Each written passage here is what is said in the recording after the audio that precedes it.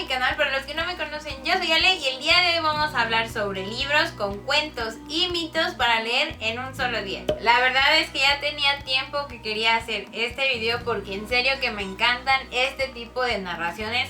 Lo que sí hace que me sorprenda que no las escoja más a menudo, pero hace poquito mi amiga Karen me comentó que quería ver más recomendaciones de este tipo y aparentemente esa es la señal que yo estaba buscando. Además, creo que una de las ventajas de este tipo de libros es que no es necesario que lean un cuento tras otro hasta acabarlo, sino que pueden leer uno, dejarlo descansar varios días y leer el siguiente, lo que también va a jugar mucho a su favor si es que apenas están agarrando la lectura como un hábito o si también están teniendo ciertos problemas de que quieren leer pero a la vez no quieren leer o no se quieren comprometer tanto.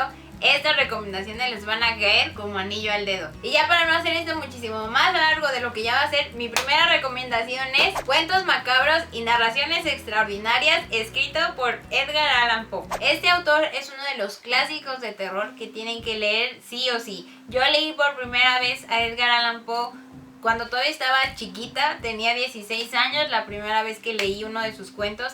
Ese cuento fue El corazón delator y desde ahí me encantó, siendo que incluso seguí leyendo algunos de sus relatos mientras estaba en la universidad. Además, creo que si ustedes son un tanto miedosos, les quiero decir que esta es una opción bastante segura. A esto voy de que en realidad no da miedo como tal. Sí van a poder dormir y van a poder salir de su cuarto a las 3 de la mañana sin miedo a que les pase nada, a menos que su casa tenga algo extraño, pero de ahí en fuera todo en este escritor es seguro. Para mí, el encanto de Edgar Allan Poe tiene que ver más con el hecho de que no en todos sus relatos es necesario un elemento sobrenatural para que te dé miedo, sino que muchas veces estas situaciones de terror vienen de las manos de la naturaleza violenta de las personas. Para ejemplificar esto, aquí hay dos cuentos. Obviamente el primero es El corazón delator y el segundo es El gato negro, que si ustedes son muy sensibles como yo a todos los temas de maltrato animal, posiblemente este cuento sí los vaya a incomodar bastante. Pero en esta ocasión el cuento que les vengo a recomendar es La máscara de la muerte roja. Esta historia se va a desarrollar en el reino regido por el príncipe Próspero. Esta región se va a ver asolada por una epidemia,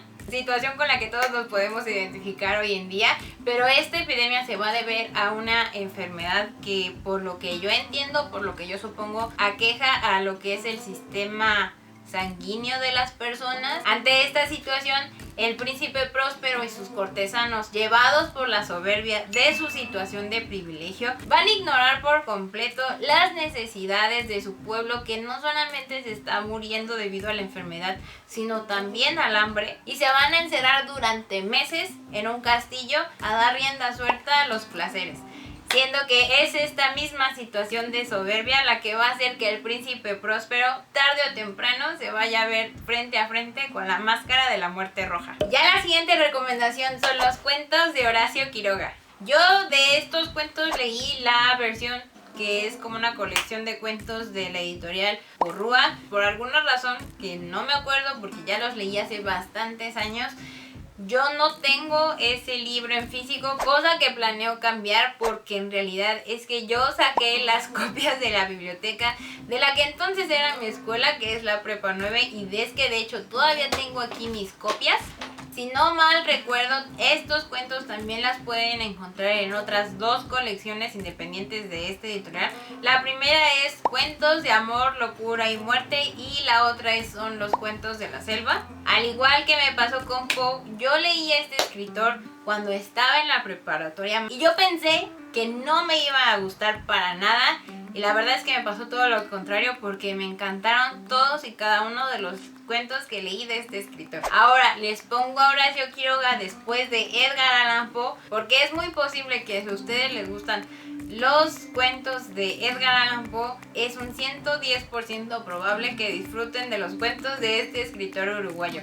Y esto lo digo porque hay algunos de sus cuentos que sí remiten bastante al estilo que tenía Edgar Allan Poe al escribir. Esto lo digo por dos cuentos en particular. El primero de ellos es El almohadón de plumas Y el segundo es La gallina degollada, que ya les digo de una vez que si leen La gallina degollada se van a choquear, no van a ver a los niños de la misma manera. Ya conforme vayan avanzando en la colección de cuentos van a ir viendo cómo es que Horacio Quiroga desarrolló su estilo como escritor. Y ya uno de los cuentos que ya tienen muy marcado este estilo es el que les voy a recomendar, y ese es Juan Darien. Este cuento se va a desarrollar en un pueblo que también es aquejado por otra epidemia, esta ocasión de viruela. Particularmente esta historia se va a centrar en cómo una madre que acaba de perder a su hijo y que además es viuda, se va a topar con un cachorro de tigre, lo va a adoptar y lo va a criar como a un hombre. Y es que el niño, o sea Juan Darien, y el pueblo en el que se desarrolla toda esta historia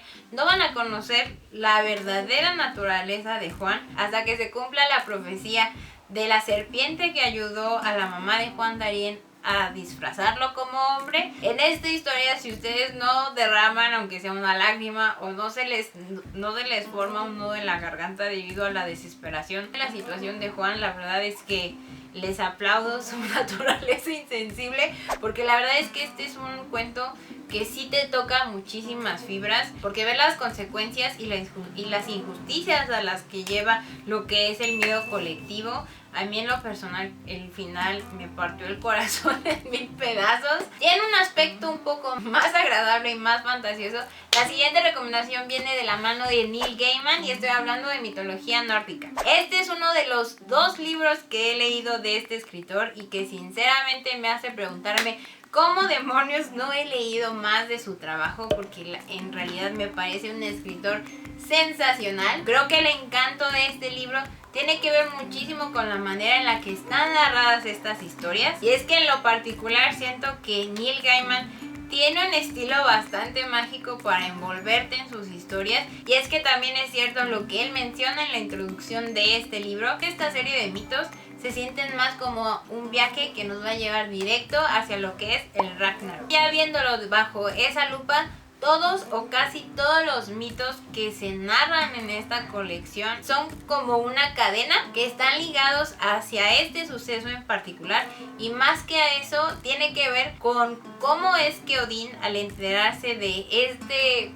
apocalipsis que va a acabar con los dioses, trata de evitarlo, pero al hacer esto en realidad lo único que hace es acercarse más a él, y en lo particular llevarse entre las patas al lobo Fenris, que en mi opinión es la víctima de Odín. Otra cosa es que todos estos mitos están narrados de una manera bastante buena. A mí me encantaron todos. Los que más me gustaron fue el último, que tiene que ver con el Ragnarok, porque es como esa batalla épica a la que te fue preparando Neil Gaiman desde el principio. Pero en lo particular, el mito que a mí más me gustó es el que tiene que ver con el dios Frey y la gigante Gerd, porque en este mito se va a narrar cómo es que Frey, que aparentemente lo tiene todo y es uno de los dioses más respetados y es un guerrero valiente y honorable, se da cuenta que hay algo en su vida que le falta hasta que vea a la gigante Gerd. Lo que más me impresionó viene de la mano de que el fruto de esta unión de Frey y de Gerd va a resultar en un hijo de nombre Fitjolnir, que más adelante se convertiría en el primer rey de Suecia. También otra cosa es que si a ustedes les interesa lo que tiene que ver con la mitología nórdica, hay un canal del que yo nunca me pierdo un video, y ese es Clara Formo, que se los voy a dejar aquí en la i. Ella tiene una sección de su canal totalmente dirigida hacia lo que es la mitología nórdica. En unos cuantos minutos ella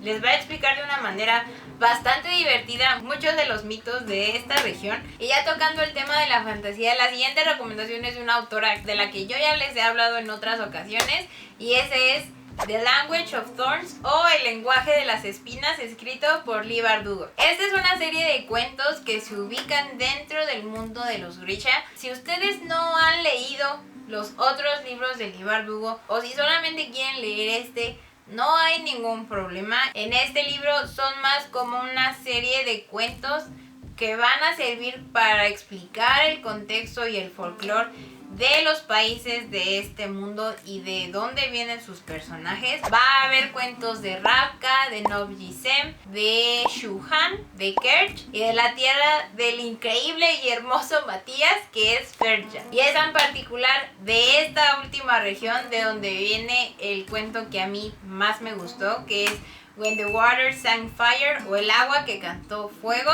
Este cuento, si se quiere ver así, es una especie de retelling del cuento de La Sirenita, pero de la versión original de Hans Christian Andersen. En esta historia vamos a tener como protagonista a Ula, que de acuerdo a la nota de la autora al final del libro, Ula es el diminutivo de Úrsula. Y vamos a ver cómo es que Ula va a pasar de una sirena con muchísimo talento para la música a convertirse en la malvada bruja del mar, que es tan poderosa que incluso rompió en dos la tierra de Ferja. También otra cosa es que si ustedes son fans de Darkling, que es el villano de la primera trilogía, de la trilogía de Sombra y Hueso, es muy probable que les guste esta historia, porque él tiene una especie de cameo en este cuento.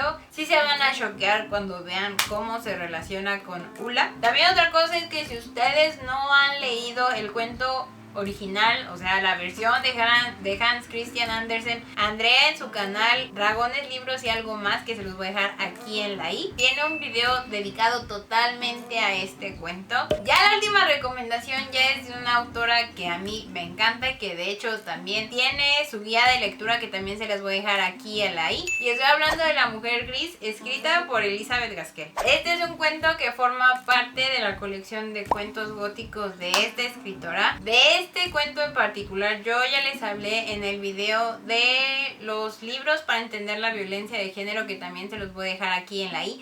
Pero si ustedes no llegaron al final de ese video, que sí es bastante largo, les cuento que en este cuento vamos a tener como protagonista a Anna. Ella es una joven alemana bastante bonita, como todas las protagonistas de Elizabeth Gaskell.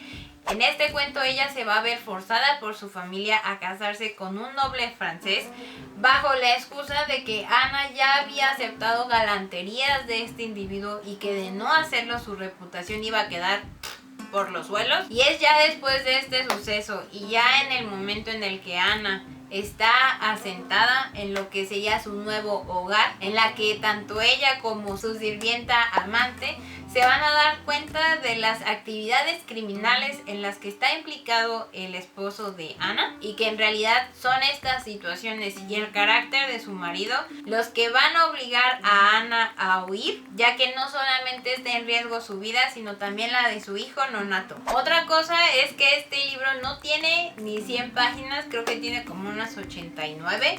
Y es que durante todo el tiempo que estuve leyendo este relato, yo tenía el corazón en la boca, porque en serio que Elizabeth Gaskell es una maestra para envolverte en la atmósfera de cada uno de sus relatos. En esta situación sí sientes la angustia y el miedo de Ana como si fuera propio, y esta característica del trabajo de Elizabeth Gaskell no solamente es visible en este cuento, sino en todas las novelas que yo he leído de ella. Me parece que este trabajo que tiene ella de ir guiando la empatía del lector hacia los personajes no es algo que cualquier escritor pueda hacer. La verdad, si no han leído a Elizabeth Gaskell, creo que este sí es un muy buen punto de inicio, porque es muy cortito, casi no lo puedes soltar. Yo me acuerdo que lo soltaba nada más por mera obligación para no caerme al caminar, pero en realidad es muy adictivo y para nada intimidante. Y bueno, pues ya esas fueron mis 5 recomendaciones de cuentos y mitos para leer en un solo día. Me encantaría saber si ya leyeron el trabajo de alguno de estos escritores o si lo tenían planeado y con cuál comenzarían. Ya saben que me interesa mucho su opinión en los comentarios. También, si este video les gustó, no olviden darle like, suscribirse si no lo han hecho, y si ya lo hicieron, no olviden activar el botoncito de la campanita para que YouTube les avise cada vez que suba un video nuevo. Eso ha sido todo por mi parte, espero verlos muy pronto y hasta luego.